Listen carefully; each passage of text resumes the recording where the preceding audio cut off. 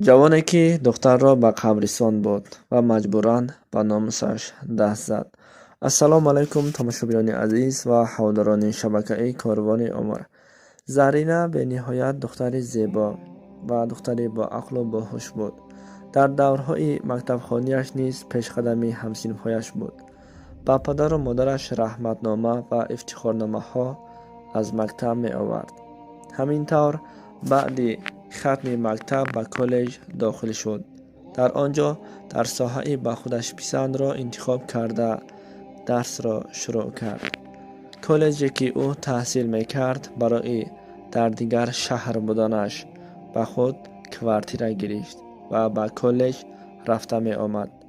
برای زیبا بودن زرینه جوانهایی که از پسش می گشتند حساب نداشت.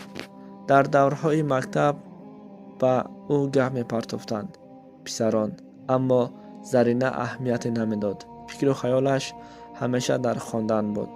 در کالج هم همینطور واقعه ها بر او صادر می شد. در کالج با او جوانی می خواند که خیلی بوی بچه بود.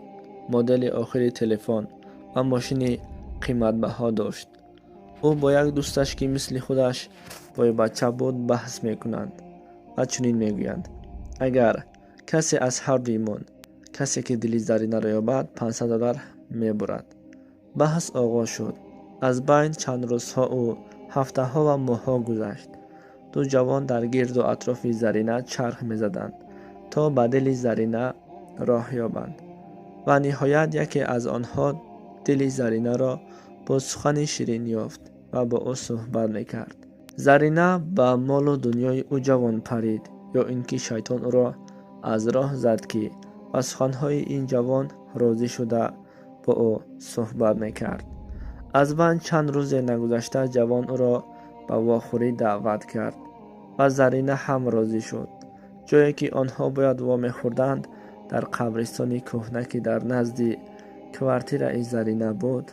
آنها شب ساعت 11 واخورده را گفتند. ساعت هم 11 شد. دختر به همین جا آمد و به زرینه زنگ زد و به موافق وعده داده زرینه هم به آنجا آمد. آنها صحبت‌های شیرین می‌کردند، جوان و زرینه.